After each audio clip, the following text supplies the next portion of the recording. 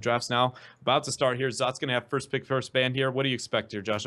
Zot did such, or excuse me, Resurgence did such a good job with that Tassadar. It honestly wouldn't surprise me to see Zot go ahead and try and ban that out. Alternatively, Zagara's lane bullying is so strong on Dragonshire, and Resurgence again showing the strength on that. Wouldn't surprise me to see that either, but no matter what, I think Zot is probably going to pick a character they saw in that last game. I think they're going to look at Resurgence's picks as comfort picks, and there's your Sonya ban. There it is, the Sonya ban, Equinox, excuse me, with beautiful, beautiful positioning on that medic, especially in the early game. That's rare that you see a medic getting flanked by a Sonya that early, just because she has very little escape and survivability tools. It was really high risk, high reward there for Equinox. So definitely respect ban coming out from Zot here in this draft. If response ban going to be Resurgence. Worried about the Tyrande. I think that's because they really prioritized Zagara here. Kael'thas going to be picked up by Zot. I wouldn't be surprised if we saw Zagara or a Thrall here. Is definitely what I think I will see from them. And then I personally would like to see a Jaina deny pick, just because we know Zot is so dominant on it and she's great on this map. Actually, as luck would have it, Jaina is the pickup from Resurgence. I agree with you. I would also like to see a Zagara pickup here from Resurgence. Shot showing his domination and great creep spread there as well in that last game. I'd like to see him pick it up and see more lane domination from Shot on that Zagara. No, I agree. I like I said, I wouldn't be surprised if they did decide to go with the Thrall, mainly because the Sonya ban removes melee assassins. And it depends how comfortable with they are with that top lane matchup here on Dragonshire. Excuse me, sorry. But I agree with you as well. I think the Zagara would be really well. One of the things that I like Thrall more than I like Zagara is just because I feel like the damage sources coming out from Resurgence are going to be a little bit limited when it comes to the later part of the draft. Zagara is going to be locked in. That's the only reason I kind of like the Thrall, mainly because of the Sonya ban. But like I said, it's still a great pickup from them. So Jaina, as expected, or predicted, I guess I should say, does come through here. Muradin already being hovered here for ZOT. That's kind of their go-to. Yeah, and I mean, I don't blame him. I think Muradin is still an extremely strong tank. You know, with the Avatar HP pool, you can't really go wrong.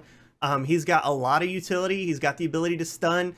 We know that Resurgence is more than likely going to be picking up a melee assassin, but it's not going to be Thrall if they do lock in what they're hovering now. That Thunderclap from Muradin able to really slow the speed and kind of cut that damage significantly, but it looks like Thrall is going the way of Zot right now. Yeah, no, definitely. Sorry, I had to readjust my mic a little bit there. But no, you are 100% correct. The Thrall pickup there, I really like from Zot. So now that's an answer to Zagara in the top lane, also providing a melee assassin. And that's honestly a kind of a comfort pick from what we've seen from them so far. So really good decision making, pick that up there.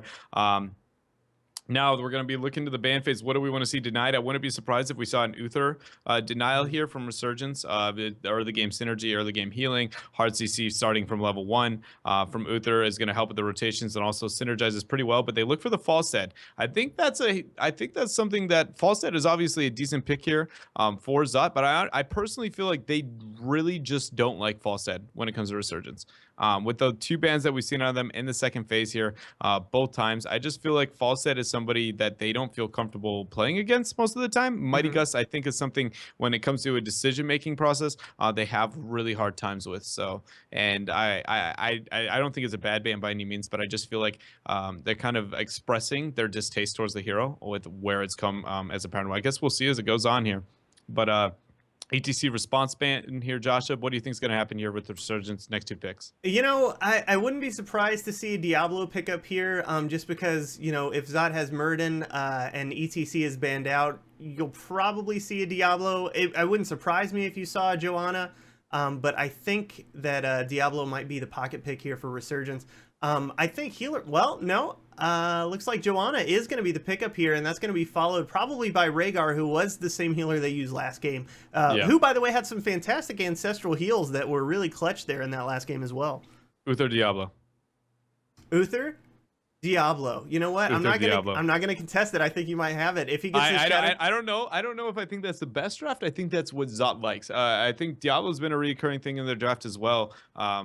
It's just kind of, I'm trying to play off the patterns of the teams because they don't know these teams very well. Okay, so they don't want the double tank. Okay, so they're comfortable with just the solo Muradin. I like that a lot more. Sylvanas, I think I would have preferred Vala a little bit in that type of situation. Sylvanas is going to be great, though, for the wave clear in the siege and the Zeratul being hovered here. Yes, absolutely love it. So that was the comfort when I was talking about the melee assassins there, the Zagara pickup.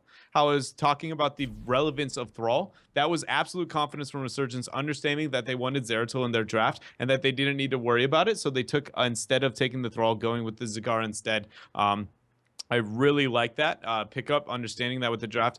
Keep in mind, Zagara and Thrall, when used together, Zagara and Zeratul, excuse me, when used together, they have absolutely great zoning tools. One of the biggest problems you see when you stack them on the same team, the difference between, I guess, an amateur and professional team, when you see Zagara and Zeratul on the same team, is how well they use their isolating tools and what they capitalize on while they're being used, because they are very easy, number one, to stack, and number two, to gain almost nothing from. So Jaina is going to be a hero that's going to be really, really important. So is Johanna when it comes down to capitalizing on that during that time. Also, I think Zot has shown that in the early game they've actually done pretty well, but I'm very afraid of their top laner, specifically Thrall, here in this matchup in the upper half of the map, mainly because Zeratul, if a very good Zeratul player, which I think in this case is going to be Equinox, it is exactly he's a great melee assassin player, has played for Murloc Geniuses for a very long time. I've even played against him for a long time, guys, and he's a great melee assassin. And to see him come in here, I think he's going to be the playmaker of this game. I really think he's going to get a couple of picks and set his team really far ahead, which is going to hurt, especially considering that the other opponents, ZOT has the Sylvanas. Absolutely. And you know what? You mentioned, you kind of touched on the Zagara Zeratul synergy. Zagara has great poke power. And even if somebody is able to hold a lane with Zagara, they're going to get their health chunked by those Mutalisks as they're getting poked away. A lot of teams don't have a hero that's going to be able to capitalize on that and finish the job. Zagara, infamous for being able to do a lot of damage, not necessarily finish opponents. Zeratul is a fantastic pickup here in coordination with that Zagara, because when you get people whose lives are chunked away but you can't finish, Zeratul can blink in, cleave, and get out, and they've picked up the kill and had to waste almost nothing for it. Exactly. What I think you're going to see in the top lane is the minute that Zagara puts out a Mutalisk, Thrall's going to Q it and walk up to it to auto attack. And the second that happens, Equinox is going to flank him, W, get the slow on him. And essentially, as long as the W is dodged, they're going to have enough damage to probably take him down in the top lane. I think that's something you see a lot out of him with these smart rotations that I expect from such a great decision-making team like Resurgence and how they've done this. So here we go. We're going to move on to game number 2, ladies and gentlemen, between Resurgence and ZOT in the round of 32 here at the ESL. I forgot the official name of this tournament. Heroes of the Storm Spring Championship Qualifier number 1. I cannot be more excited. I think the onus is largely going to lie on Zeratul. I think Zeratul's play is going to determine how well this game goes for them. And I'm really excited to see how they are going to deal with the Zeratul play here. No, absolutely. I agree with you very much. I think the Zeratul play is going to be a key factor to these. Let's just say that Zeratul doesn't end up being very effective in the early game. He's kind of like their go-to. The top lane kind of stales out a little bit. Jaina's decent, obviously, in the early game, but if Zeratul doesn't end up having much effect on the map, I feel like Sylvanas' split push pressure is going to be so influential that it actually sets them quite a bit behind here in the early game. But here we go, ladies and gentlemen. On the left-hand side, we do have Resurgence. We have Zeratul is going to be on that Equinox. Equinox going to be on the Zeratul. I'm sorry about that. Rixie is going to be on the Rhaegar. Killick once again with the Tassadar from last game with the great play is going to be on the Jaina. Shot again on the Zagara. Daihu is going to be on the Johanna. And over on the right side for Zod, we have Snazzy on Sylvanas. We have Johns on Muradin. We have Osmoyo this time playing the Assassin on Thrall. Little Ogre on Kael'thas. And we have Eve on Uther playing the support this time. That's interesting. And actually, we already see right out the gates a 2-1-2 being ran by ZOT here. This is a very unique strategy to run on this map. Typically, it's going to be a 1-4. So what that means, what you can expect from this is the minute that the gank squad shows at all, Zeratul shows on one side of the map, ZOT is going to instantly try and push the opposite side of the map as hard as they possibly can, which is why they split up their wave clear Sylvanas and Kael'thas. Keep in mind, this strategy is absurdly hard to pull off. It is effective when used properly, but it is very difficult to pull off. And I don't know if I think that ZOT has a coordination, but we're going to find out here. Zeratul already making the aggressive rotations. Definitely, and it looks like he's got his eyes on that Sylvanas, and right now he is going to leap in, and it looks like the Haunting Wave is going to allow her to get out. Great stun by Muradin to make sure Sylvanas gets out safely. Yeah, and that's exactly what you're going to see all game. They're going to be rotating mid-bot, mid-bot, mid-bot, and as long as they push these lanes as hard as they can, Thrall, hey, look at the turret's already half drained in the mid lane, and the bottom lane, not drained at all, but they're just going to wait until these rotations, Equinox rotating top. They're going to keep up these 4-man rotations because they can drain the turrets, and they're going to force front walls. If this keeps happening at the rate that it is, you're going to see that Resurgence is going to have empty turrets on both mid and on bottom, and then get a small XP advantage because they're winning 2 lanes over the one. Zagara is great in a 2v1. Definitely, and Shot has shown his power on that Zagara as of last game. Giving Shot Zagara, I feel like, is a ban that people are going to have to respect in future rounds, as he has done an excellent job with those Maws. Hitting that 3-man last game, I'm excited to see what he does this round, but it does look like Resurgence already able to pick up top and bottom, and there is a fight down here at the bottom. Snazzy is going to have to run away, and it looks like Killick and Rixie have been able to contest that bottom shrine effectively.